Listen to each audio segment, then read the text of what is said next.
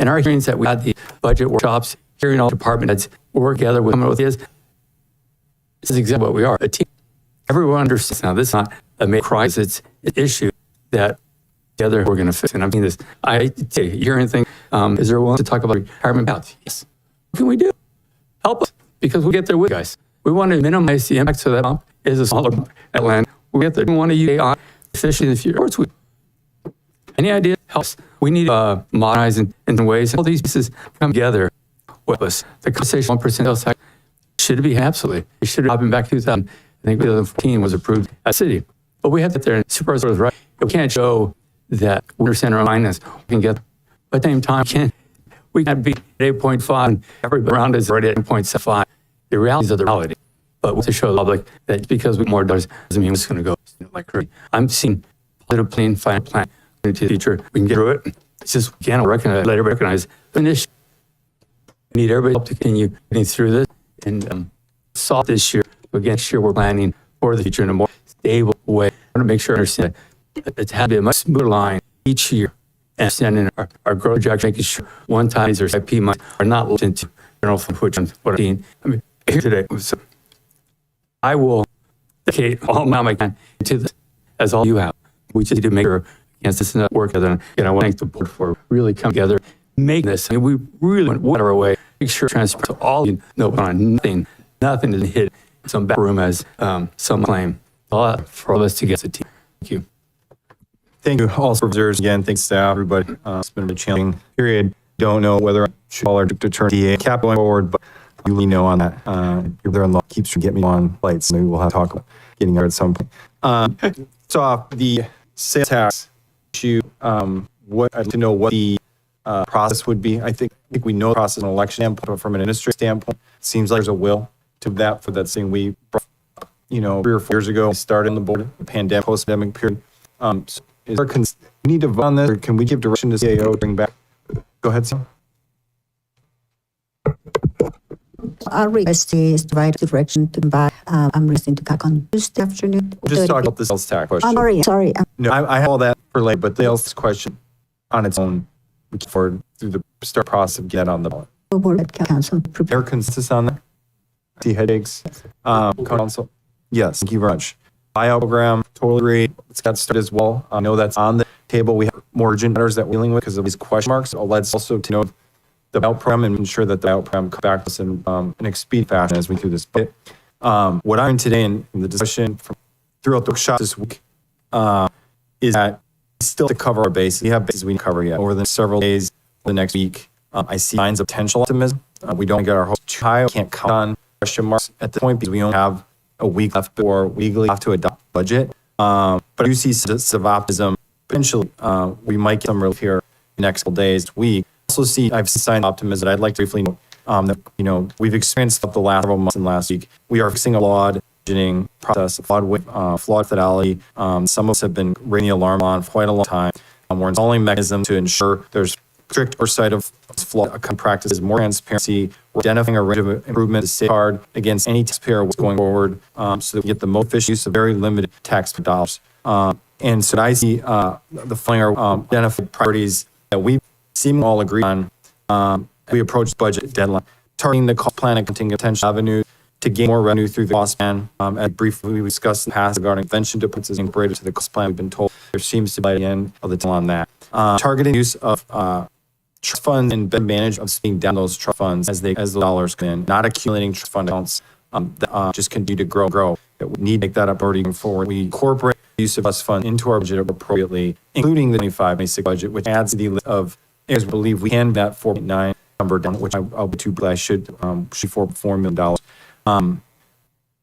Targeting some trust funds and targeting what we've seen today throughout this week, potential duplication in the accounting system and miscalculated dollar amount that I think all of us have suspecting of quite a while, and we still are keeping our finger crossed that through use of consultants and staff working through with the consultants, having listed all of those areas that we identified the last couple days, including today from Steve's presentation, and making sure we are 100% confident in the number and where they're going to get relief from.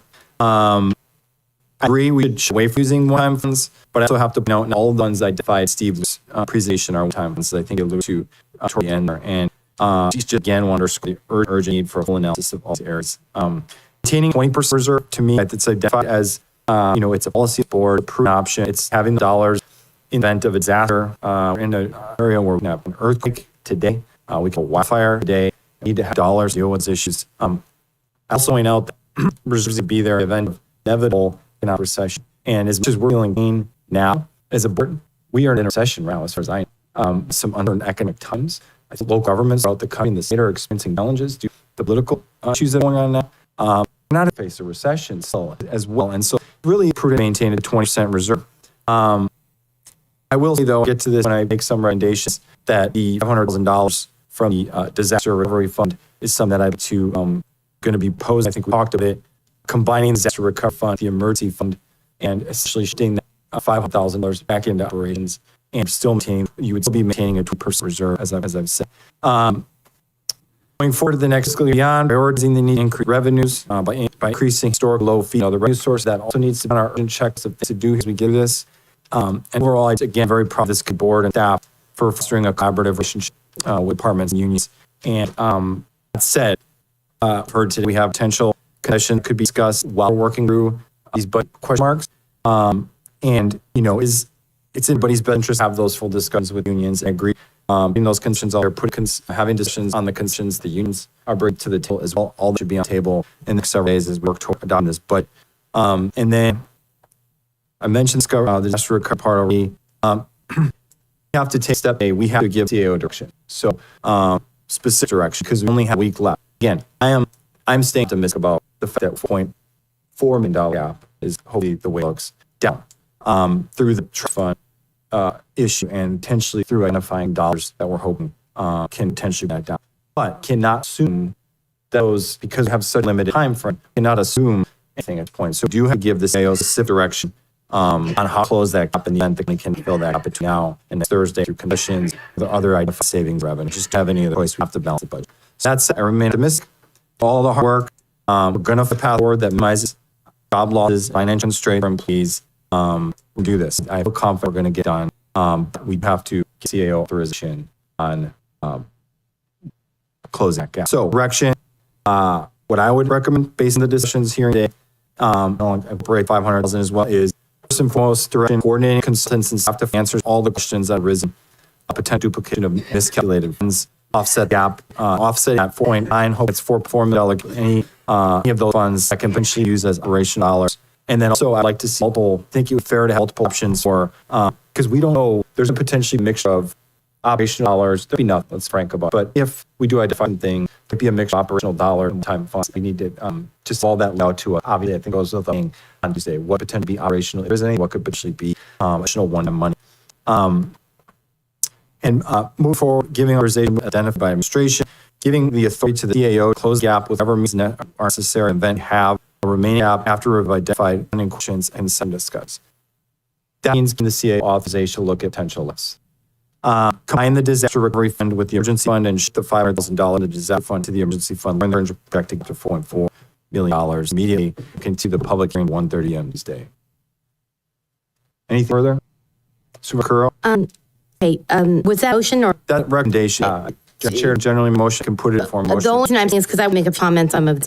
I think I kind of need to prioritize some of the things to help the CEO. The comment about utilizing trust fund, I totally get that, but also I want to make sure that the board and staff understand my recommendation that comes to trust funds is that they're used based on the recommendations of the department heads' future needs. So if accumulation of trust funds are needed to fund a program, something that's coming in the future, they have to be able to accumulate those. Some of these programs are millions of dollars that they accumulate, take years to do. So if taking that money every single time, we're going to be hit with the general fund with software costs, hardware costs that are programs that some of these departments can fund directly from there. So I want to be collaborative program planning when it comes to trust accounts, but also understanding that if you are working on services that can be funded through trust accounts, you should be looking at that and releasing the general fund.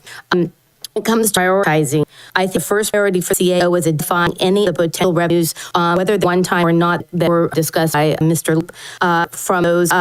I will support the disaster recovery be rolled into budget. The understanding that we have a potential back on that if needed with the 3CE fund we're investigating if it was an emergency. I support then going to, sorry, I'm going to read what's here.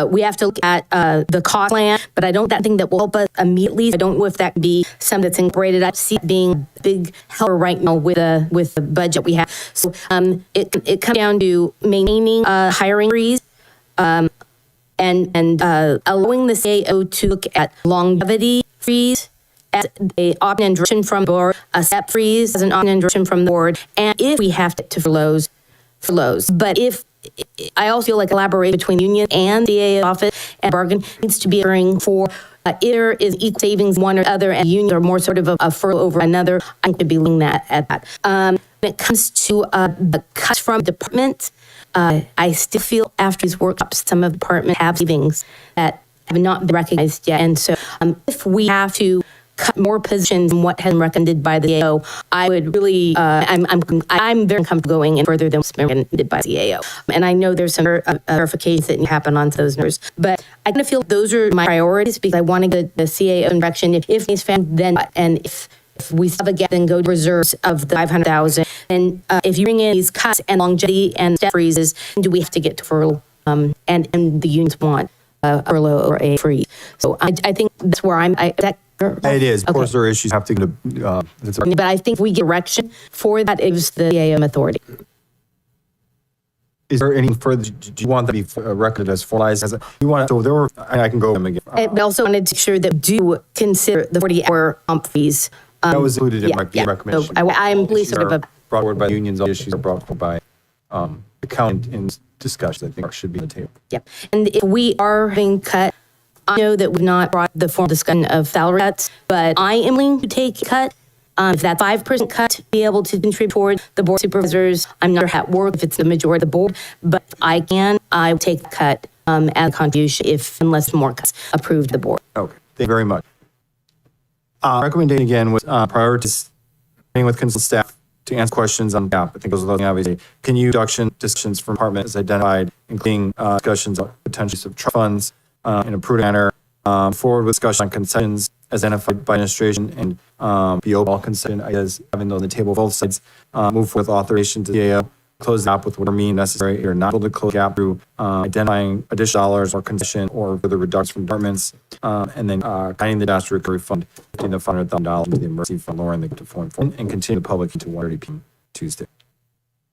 I entertain a motion for approval unless someone wants to make amendments. Sarah first. Yeah, the motion stated. First, is there a second? Second. I'll second. All those roll, please. Supervisor Koski? Yes. Supervisor Zhang? Yes. Supervisor Sotelo? Yes. Supervisor Hurro? Yes. Supervisor Vasquez? 0, motion passes. Thank you very much. We continue 1:30 to anything further.